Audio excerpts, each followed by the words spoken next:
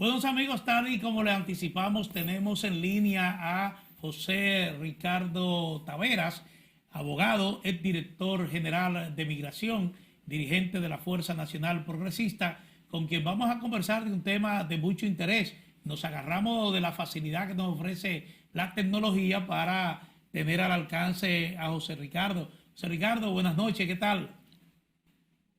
Y muy buenas noches, Manuel. Qué gusto estar nuevamente con ustedes en el día de hoy y a tus más completas órdenes. Sí. Bueno, José, ha causado mucha preocupación el proyecto de ley que el Poder Ejecutivo ha sometido al Congreso Nacional. Se trata de la ley integral sobre trata de personas, explotación y tráfico ilícito de migrantes. Y hay quienes han llegado a considerarla como un atentado a la soberanía, que representaría un atentado a la soberanía nacional en vista de lo que se está hablando en términos de garantías a los migrantes. Así que yo quisiera conocer tu opinión experta sobre este tema. Mira, hay una frase maravillosa de José Ortega y Gasset que dice que el derecho es una secreción espontánea de la realidad.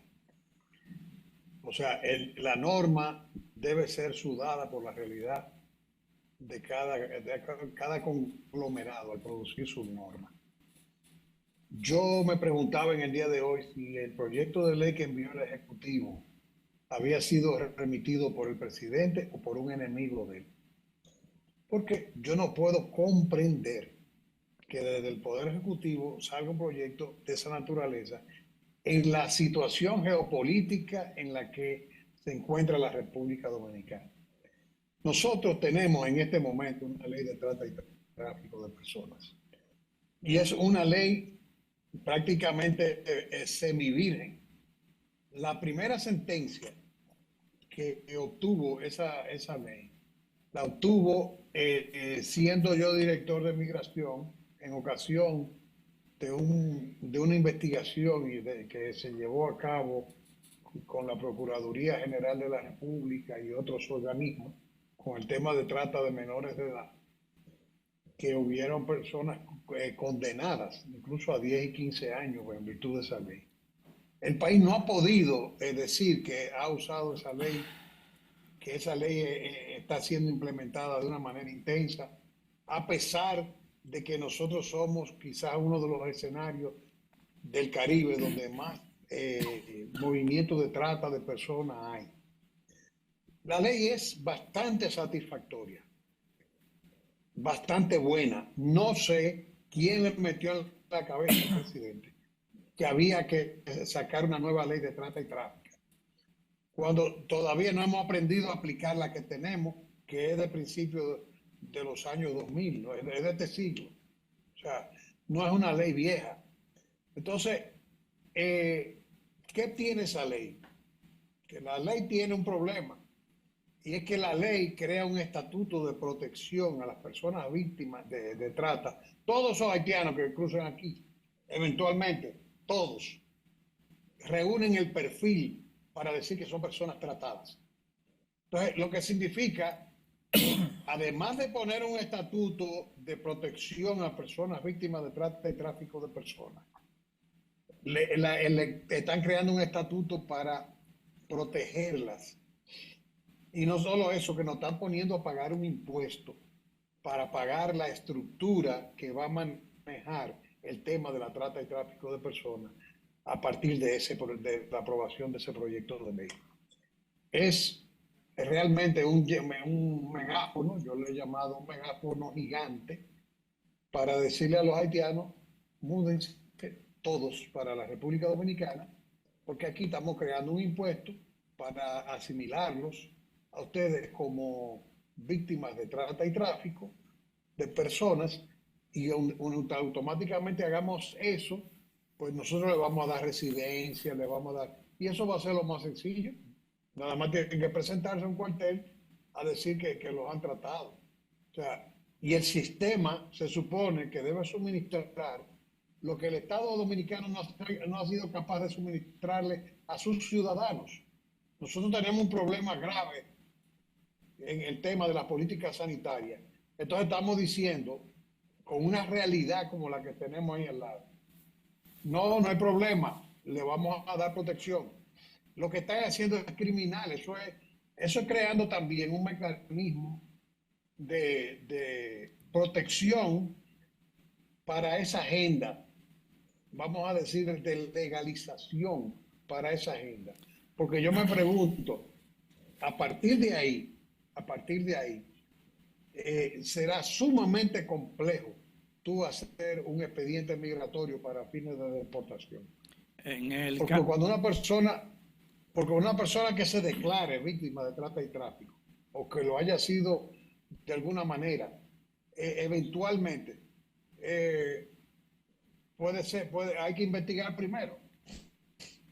Hay que investigar. Entonces, nosotros no podemos. O sea, y yo lo que estaba expresando, por ejemplo, en la Comunidad Europea, la Corte Europea de Derechos Humanos, que ellos tienen un estatuto comunitario que tiene una serie de exigencias. Los estados de la Comunidad Europea, algunas veces respecto a normas comunitarias, hacen reservas en lo que tiene que ver con las normas comunitarias por determinadas realidades locales. Imagínate tú que eso sea lo que están haciendo en Estados Unidos, en Suecia o donde fuere.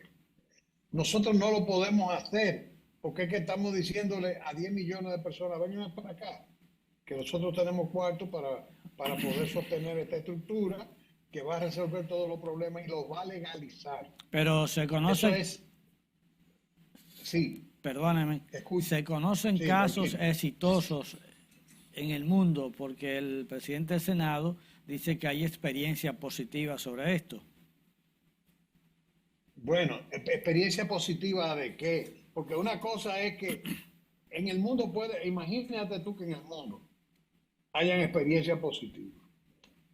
Pueden ocurrir que hayan situaciones, pero que en el mundo entero nosotros somos una situación sui generis. No existe en el mundo una realidad geopolítica de dos naciones confinadas en un entorno geográfico de isla como nosotros, en una coyuntura de colapso como la situación de aquí. Eso no existe. O sea, me da pena que un hijo de Guaro Estrella diga eso. Si lo dijo, que no tengo por qué dudarlo. Porque el problema es que ellos tienen que legislar para la realidad dominicana. Habrá naciones que no tienen ese tipo de problemas. Dime tú pones una ley así, con personas de trata y tráfico de personas, y tú lo haces en Oceanía, tú dices en Australia, en Nueva Zelanda, que están aislados allá. Y que prácticamente ahí, para llegar ahí, primero no hay ese descontrol, porque nosotros no tenemos frontera. Pues si tú me dijeras, ¿tenemos frontera? No tenemos frontera. La frontera dominico-haitiana fue deglutida por la corrupción. Entonces, si no existe esa frontera, ¿cómo nosotros podemos, nuestros congresistas, aprobar una ley de esa naturaleza?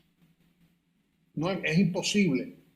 Eso va a tener un efecto llamado, en la realidad de nosotros es insostenible y no pueden poner al contribuyente dominicano ya de manera formal a pagar impuestos para financiar la fusión, porque esa ley es la legalización de la fusión. Entonces, ¿qué clase de experiencia me pueden a mí hablar frente a una realidad? Hay realidades parecidas a la nuestra, pero no tan graves. Por ejemplo, está Chipre.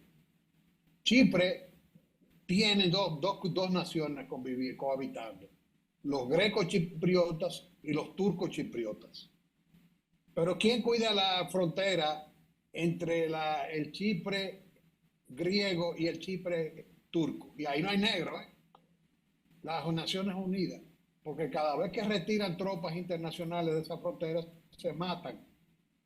Entonces, y ahí no hay, en ninguno de los dos territorios de Chipre, el problema de una nación colapsada como el tema como ocurre con Haití. Sí.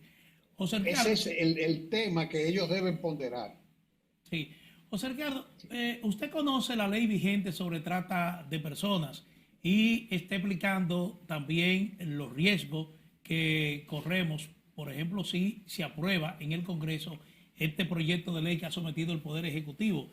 Y el presidente del Senado lo que está anunciando es que va a convocar a vistas públicas para que si hay que reformar el proyecto donde se garantice la soberanía nacional, eso estaría siendo garantizado entonces por el Senado de la República.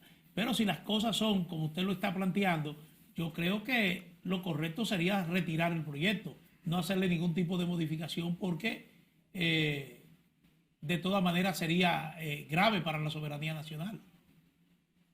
Mira, yo lo que creo es que si quieren modificar la ley de trata y tráfico, una ley que todavía apenas se ha aplicado, apenas se viene aplicando, que no ha tenido el chance de, de dejar ver sus errores.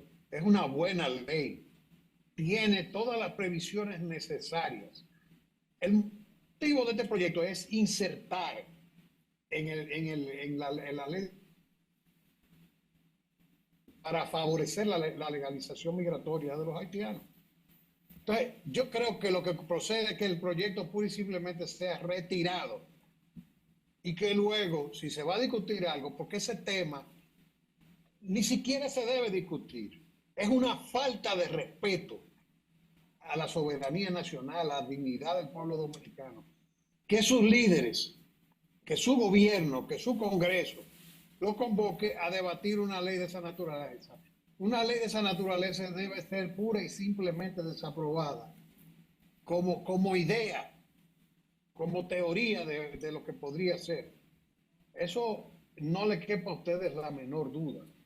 Nosotros no vamos no vemos bien eso, porque en todo caso, si la quieren modificar de todas maneras, yo lo que invitaría es que retiren eso, le saquen toda ese dispositivo que le han puesto ahí para favorecer la fusión, que no necesita ayuda y de ñapa la quieren legalizar. Entonces, y que simplemente discutamos todo lo demás, porque eso es inaceptable. Esa es una razón demasiado poderosa como para que el pueblo dominicano se tire a las calles. Eso es como una razón demasiado poderosa como para entender que el gobierno está violando y que está violando la Constitución, porque está atentando por vía legislativa contra la soberanía nacional. Bueno, ¿qué desafío presentaría el Estado Dominicano con esta situación haitiana? Dada como tú dices, la situación nefasta en Haití y la presión de Naciones Unidas sin solución inmediata. Estamos como entrampados. Estamos entrampados, pero es bueno que ustedes sepan que ese entrampamiento tiene mucho que ver con la desidia de nuestras autoridades. ¿Y por qué no? De cierta ciudadanía también. De cierta ciudadanía también. Porque si nos ponemos a ver, hay en cierta medida un poco de irresponsabilidad de ciertos ciudadanos que no están comprendiendo el peso del problema que tenemos. ¿Cuál es el desafío del gobierno? El desafío es asumir lo que el presidente ha estado diciendo que se haga.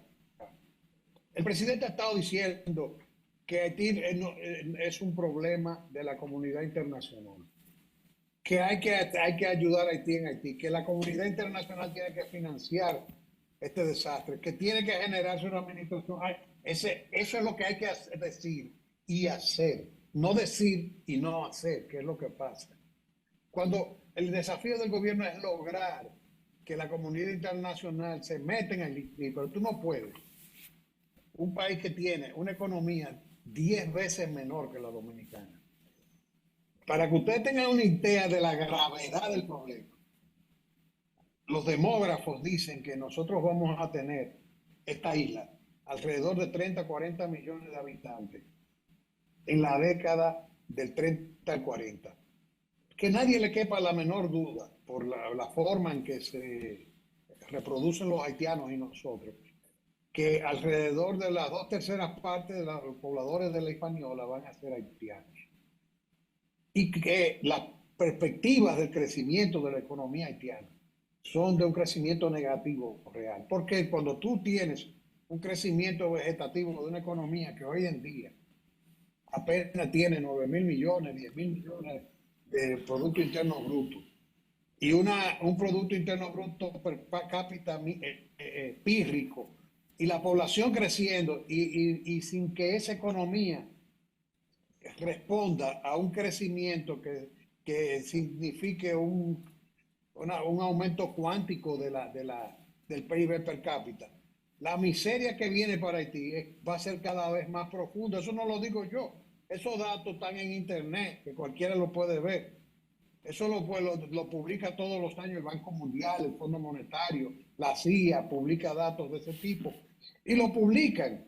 Entonces, ¿cómo va a ser que en el gobierno, que el presidente Abinader no sabe lo que viene, que el Congreso sea incapaz de razonar sobre estos puntos y aprobar una ley que nos arrodillaría? Porque a partir de ahí la presión internacional se recrudecería y tendrían en cierta medida un fundamento legal para continuar recrudeciendo los ataques contra la República Dominicana.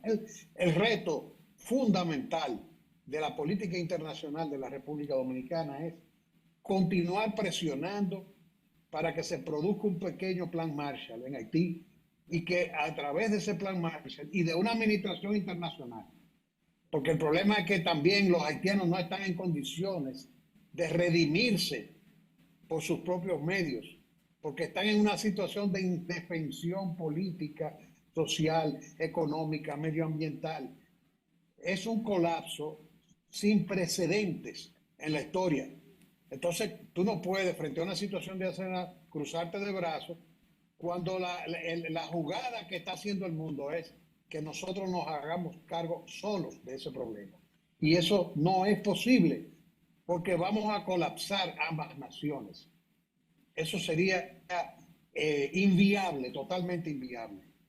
José Ricardo, yo creo que un ejemplo patético de cómo está la vulnerabilidad de la frontera dominico-haitiana ocurrió hace 2 días, cuando las autoridades informaron la detención de una jipeta que había burlado 13 puestos de chequeo en la línea noroeste y que llevaba a bordo 27 haitianos. Yo creo que es un hecho que revela claramente los niveles de protección que hay en la frontera, porque todo el que viaja por la línea noroeste pasa una X cantidad de puestos de control que están a manos del ejército, del SUFRON. Pero estas cosas pasan y ese es un buen ejemplo también de que esos 27 haitianos, en caso de que esta ley esté vigente, pueden alegar trata de personas.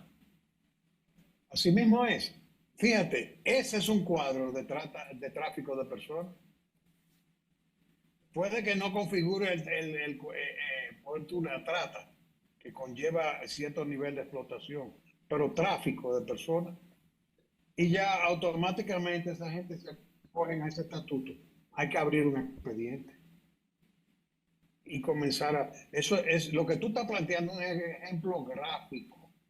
Mira, yo estoy retornando en este momento en Montecristi, que estaba hoy para allá, en cuestiones de trabajo.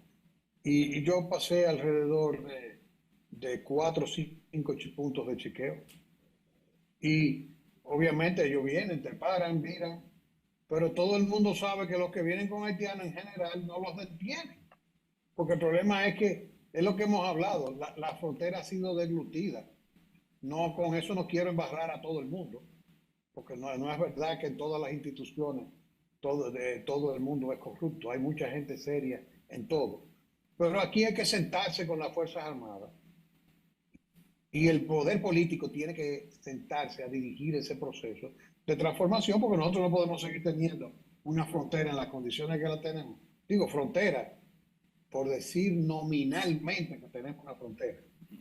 Porque ustedes han visto la prensa publicando testimonios de ciudadanos haitianos que son deportados por migración y regresan al día siguiente. Al día siguiente regresan. Y dicen cuánto les cuesta. Ahora mismo, dependiendo de cómo esté la interdicción, sobre todo cuando la migración recrudece, que ha estado bastante activa, entonces aumentan los precios. Se puede costar, algunas veces pueden venir con 3,000 pesos, otras veces puede costar 11. O sea, las actividades de migración lo que hacen es subir la tarifa. Sí, Entonces, así no podemos. sí. Así no podemos. Hay algo que llama la atención. Existe la creencia entre una buena mayoría de quienes han expresado preocupación por este proyecto de ley de que es una imposición de algún organismo o poder extranjero. Y llama la atención que precisamente en el día de hoy la Dirección General de Migración está anunciando que va a revisar el proyecto, que no está de acuerdo con lo que se está planteando, y uno se pregunta, bueno, entonces, ¿a quién se consultó a nivel del gobierno para finalmente dar aquiescencia a este proyecto y someterlo al Congreso? Mira, este gobierno acusa mucha improvisación.